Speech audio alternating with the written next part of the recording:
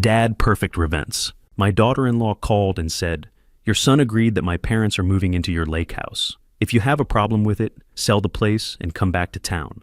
I didn't argue. I didn't raise my voice. But I made sure that when they arrived, they'd find exactly what they deserved.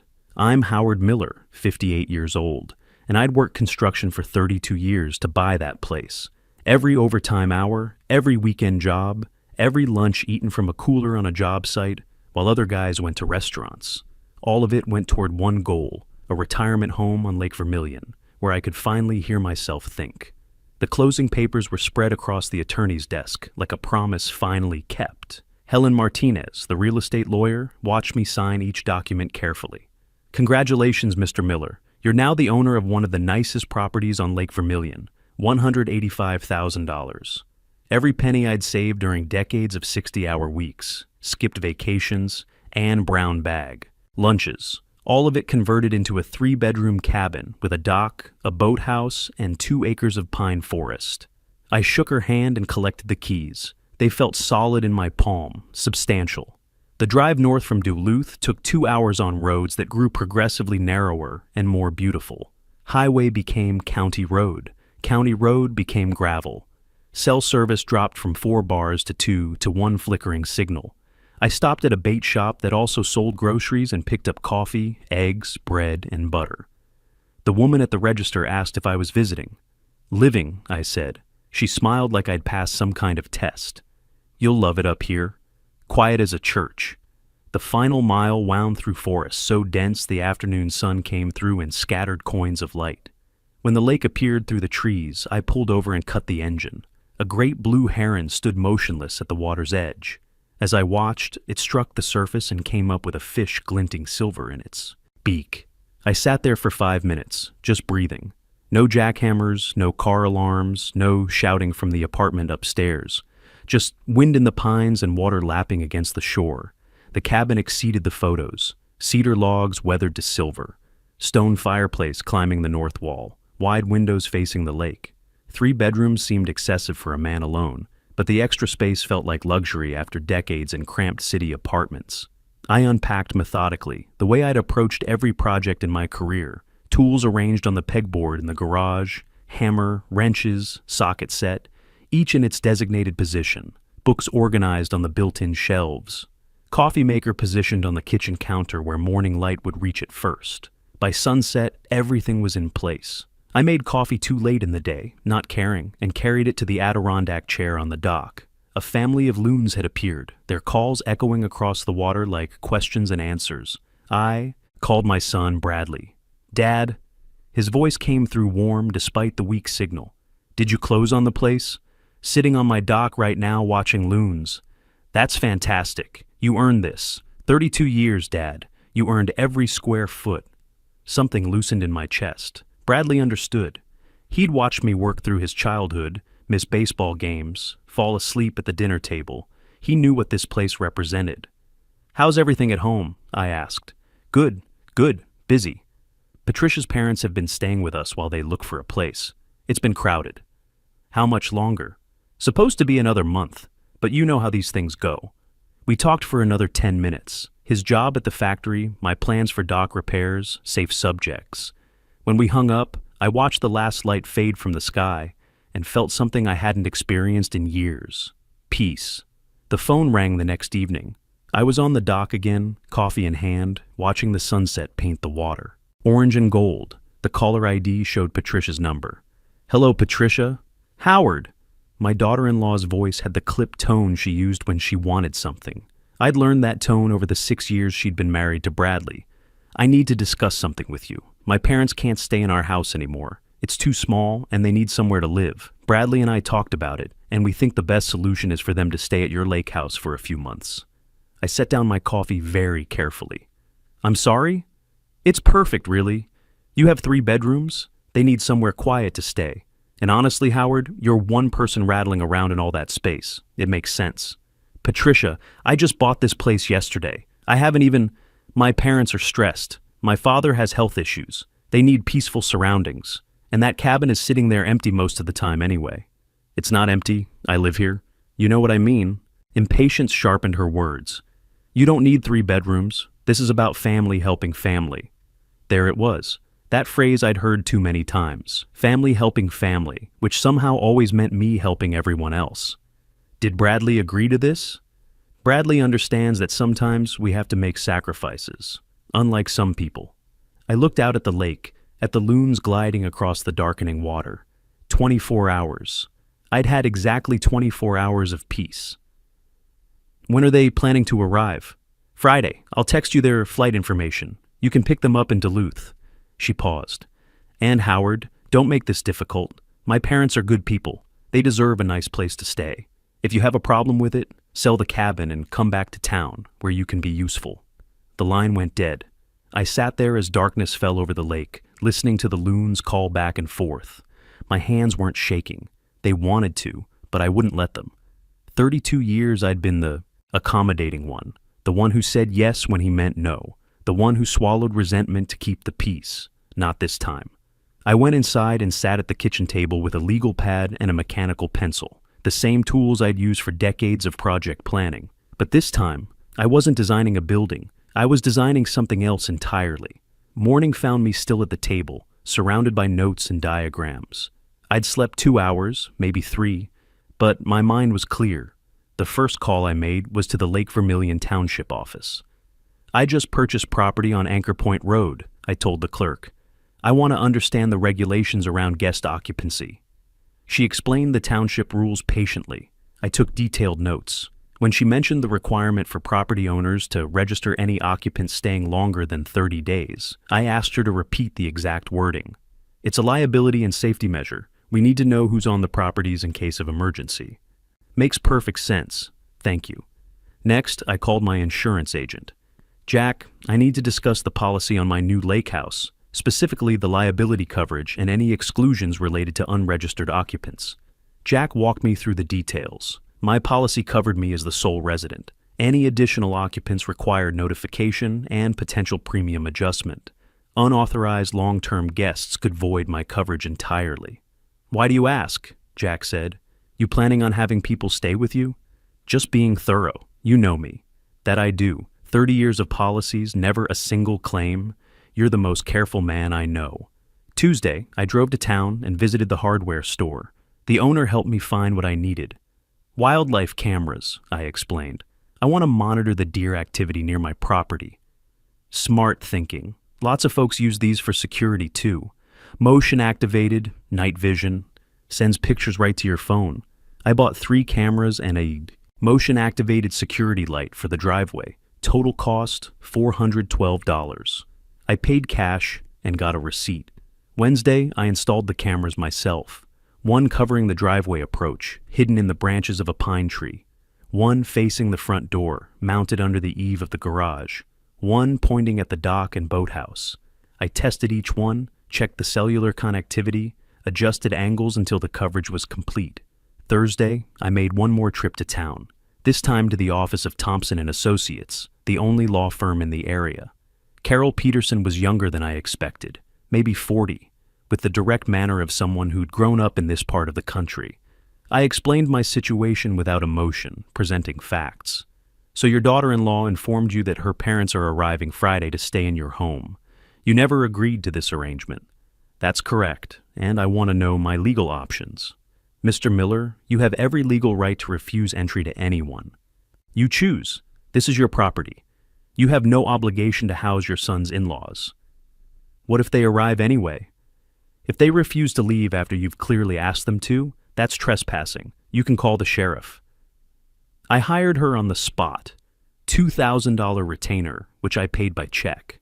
On the drive back to the cabin, I thought about Bradley, my son, the boy I'd taught to ride a bike, helped with homework, watched graduate from high school. He wasn't the problem here. Patricia was the problem. Friday morning arrived cool and overcast. I woke at 5, made coffee, and watched the mist rise off the lake. My phone showed the text Patricia had sent the night before. Mom and Dad, landing Duluth, 11:30. Be there. I didn't reply. At 11:30, I was on my dock reading a book about Minnesota history. At 11:45, my phone buzzed with a call from Patricia. I let it go to voicemail. At 12:15, a text. Where are you? They're waiting at the airport. I continued reading. At 12:47, Bradley called. I answered.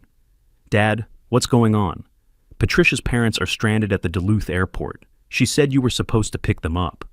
I never agreed to pick them up. I never agreed to let them stay here. Silence. Then, Dad, Patricia said. Patricia informed me. Bradley, she didn't ask. There's a difference. They're family, Dad. No, son, they're her family. I met them at your wedding and twice at Christmas. I don't know these people, and I certainly didn't buy a retirement home so strangers could move into it. More silence. I could hear Patricia's voice in the background, sharp and demanding. Dad, please, just for a few weeks. I said no, Bradley. That's my answer. I'm sorry this puts you in an uncomfortable position, but I'm not responsible for promises Patricia made without my consent. I heard him sigh. I'll talk to her. We'll figure something out. Give my best to her parents. Tell them I recommend the Holiday Inn in Duluth. It's very comfortable. I ended the call and went back to my book, but I couldn't concentrate. 2 hours later, the camera at the driveway entrance sent an alert to my phone. A rental car was coming up the road. I watched the feed as the car emerged from the trees and stopped in front of the cabin. 2 people got out, a man and woman in their late 60s, Leonard and Dorothy Adams, Patricia's parents. I'd spoken to them perhaps a dozen times total in 6 years. Leonard looked around with an expression I recognized, appraisal, calculation. Dorothy made a face at the trees, swatting at something in the air. I met them on the porch. Leonard, Dorothy, this is a surprise. Howard. Leonard's handshake was brief and businesslike.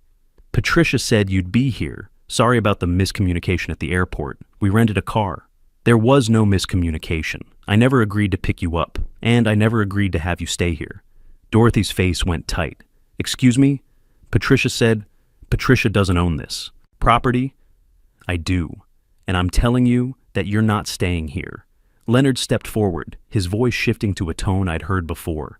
The tone of a man used to getting what he wanted. Now look, Howard, let's be reasonable. We're family. Patricia and Bradley think this is the best solution.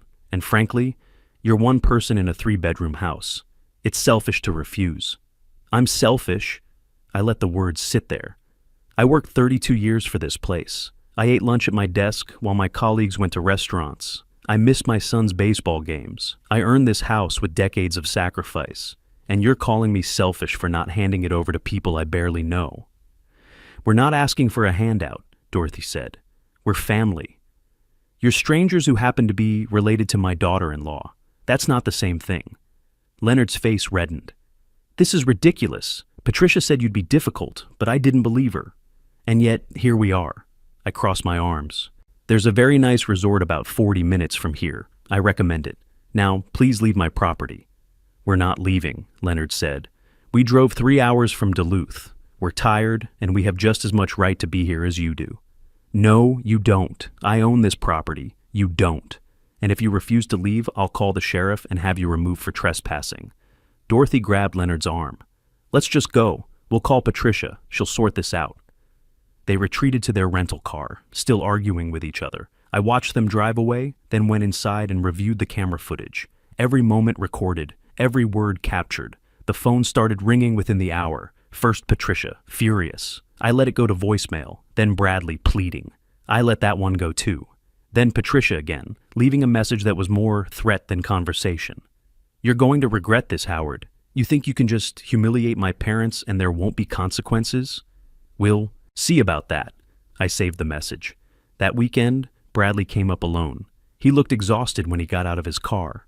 We sat on the dock with beers, watching the sunlight sparkle on the water.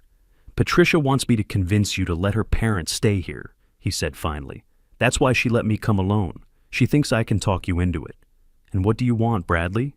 He was quiet for a long moment. I want my wife to stop crying every night. I want her parents to find somewhere to live. I want to stop feeling like I'm being pulled apart. That sounds hard. It is? He took a long drink of his beer. Dad, why did you say no? I mean, I understand it's your house, but 3 bedrooms, 1 person. It seemed like it could work. I chose my next words carefully. Bradley, how much money have you given to Patricia's parents in the past year? He went still. Why? Because I hired a private investigator. And what I found concerns me. I pulled Nancy Williams's report from my pocket. Leonard has a gambling problem. Lost $30,000 at the casino in the past 18 months. Dorothy was fired from her last job for stealing merchandise. They've been taking money from you and Patricia for over a year. Bradley took the report with shaking hands. He read it standing there on the dock while the sun moved lower in the sky. She lied to me, he said finally. Patricia told me they just needed help getting back on their feet. She never said... His voice broke. Dad, we've given them $50,000. That was supposed to be Emma's college fund.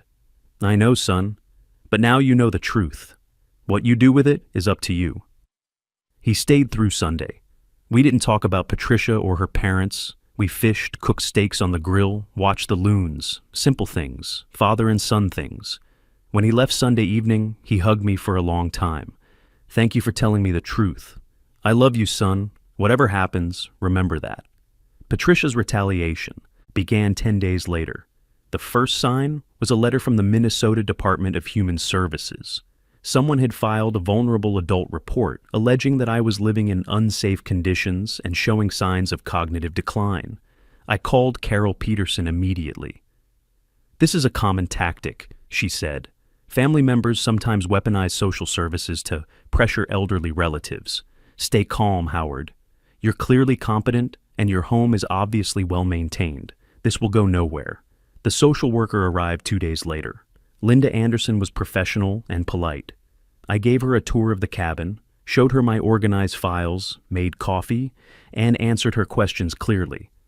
Mr. Miller, I have to ask, is there any family conflict that might have prompted this report? My daughter-in-law wanted her parents to live in my home without my permission. I refused. She threatened consequences. I believe this report is one of those consequences. Linda took notes. That's consistent with the pattern I'm seeing in the report itself. The allegations are very specific in ways that suggest coaching. The investigation closed a week later, unfounded, but I knew Patricia wouldn't stop. The next attack came through Bradley. He called 3 weeks after his visit, and his voice sounded wrong, flat, rehearsed. Dad, I've been thinking, maybe you should consider selling the lake house. It's a lot for one person to maintain, and Patricia is worried about your health up there alone. Patricia is worried about my health. We both are. Bradley, are you reading from a script? Silence, then almost a whisper. She's standing right here. I can't... I understand. Tell her I got the message. I ended the call and sat down at the kitchen table. Patricia wasn't just trying to get my property. She was using my son as a weapon against me.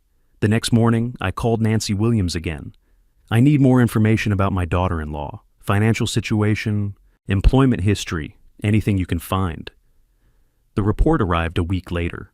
Patricia had been fired from her retail job 4 months ago for employee theft. She hadn't told Bradley. She'd been withdrawing money from their joint accounts to maintain the illusion of income while actually funding her parents' lifestyle. The total now exceeded $60,000. I sent Bradley an email with the report attached. Subject line, "You deserve to know." The phone call came 6 hours later. "It's true," Bradley said. His voice was hollow. I confronted her. She admitted everything, the job, the money, the lies. "I'm sorry, son." "She's been lying to me for months, Dad, about everything. And when I asked why she filed that report against you, she said you deserved it for embarrassing her parents." "What are you going to do?" A long pause. "I don't know yet, but I needed to call you to say I'm sorry for not believing you, for letting her use me against you. You have nothing to apologize for. You trusted your wife. That's what you were supposed to do." The divorce papers were filed 6 weeks later. Bradley called to tell me himself. I asked her to leave. She's staying with her parents at a motel. Her attorney already contacted mine. "How are you holding up?" "Honestly, better than I expected. It's like a weight lifted when I finally accepted what she was." He paused. "I found more, Dad. Bank accounts I didn't know about. Credit cards taken out in my name. It's going to take years to sort out. Come up this weekend, bring a fishing rod." "I'd like that." Bradley arrived Friday evening, looking thinner but somehow stronger. The hunted look was gone from his eyes. We spent Saturday on the lake catching walleye and smallmouth bass, not talking about lawyers or divorce proceedings. Just fishing, just being together. That evening, as we grilled our catch, Bradley said something that surprised me. I want to move up here, not here exactly, but somewhere nearby. There's a factory in Duluth that's hiring supervisors. I already had a phone interview. He looked out at the lake. I need a fresh start, Dad, away from everything that reminds me of her. What about Emma? I'm getting primary custody. Patricia can't provide a stable home anymore, and Emma loves it up here. What do you think? He asked. I think you're a grown man who can make his own decisions, and I think having you nearby would make me very happy. His smile was the first genuine one I'd seen from him in months. 2 months later, Bradley took the job in Duluth and found an apartment with a view of Lake Superior. He drove up to the cabin most weekends with Emma, sometimes to fish, sometimes just to sit on the dock and talk. The divorce finalized in December. Patricia got the furniture and her parents' outstanding debts. Bradley got his freedom and what remained of his savings. Spring came slowly to Lake Vermilion. The ice melted in April, and by May the loons were back. I was on the dock one Saturday morning when Bradley's car came up the driveway. But this time, he wasn't alone. A woman got out of the passenger side, tall, dark-haired, with an easy smile. "Dad," Bradley said as they walked toward me, "this is Susan. We work together at the factory. I've told her a lot about you." Susan shook my hand firmly. "He says you're the most stubborn man in Minnesota. He means it as a compliment." We spent the day on the lake, the three of us. Bradley showed Susan how to cast, how to read the water, how to be patient. She wasn't particularly good at it, but she laughed at her mistakes and tried again. That evening, while Susan explored the shoreline, Bradley sat next to me on the dock. "What do you think?" "I think she's nothing like Patricia." "No," he agreed, "she's not." "Then I think you should keep seeing her." A year passed. Bradley and Susan got engaged. They bought a small house in Duluth with a yard. The wedding was small, held at a restaurant, overlooking Lake Superior on a clear September day. I gave a toast that made everyone laugh and Susan cry. That autumn, I stood on my dock in the early morning, watching mist rise from the lake. I thought about the year I'd had, the battle I'd fought to keep this place, the pain of watching my son's marriage collapse, the joy of watching him rebuild his life. None of it had gone the way I'd planned. I'd bought this cabin for solitude, for peace. Instead, I'd gotten conflict and drama. But I'd also gotten something I hadn't expected, a closer relationship with my son. Maybe peace isn't about being alone. Maybe it's about being with the right people. Bradley and Susan drove up that weekend with Emma. We took the boat out and fished until sunset, then grilled walleye on the deck while the loons called across the water. "We've been talking," Susan said as we ate, "about the future, about family." I looked at Bradley. He was smiling. "We're hoping to have kids someday. And when we do, I want them to know this place, to spend summers here, learning to fish, watching the eagles. I want them to know their grandfather." I had to look away for a moment, out at the lake, at the last light fading behind the pines. I'd like that. I'd like that very much. After they left Sunday evening, I sat on the dock until full dark, listening to the loons, watching the stars emerge one by one. 32 years of work had bought me this cabin, but what I'd built in the years since was worth more. A son who trusted me, a future daughter-in-law who respected me, the promise of grandchildren who would learn to love this place the way I did. Patricia and her parents had tried to take it all away. They'd used manipulation, lies, legal threats, and they'd failed. Not because I was smarter or richer, but because I'd refused to compromise my principles. I'd said no when everyone expected yes. I'd chosen truth over easy lies. And in the end, I'd gained more than I'd ever imagined. I stood up, stretched my old bones, and walked inside. The cabin door closed softly behind me, but the real door, the one I'd opened by standing my ground, would stay open forever. Inside, I picked up the phone to call Bradley, just to say goodnight, just because I could. Sometimes the greatest gift you can give your family is teaching them that love doesn't mean saying yes to everything. It means having the courage to say no when it protects what truly matters. I learned that standing your ground isn't about being stubborn or selfish. It's about showing the people you love that principles matter more than peace, and that real family respects boundaries instead of trying to destroy them.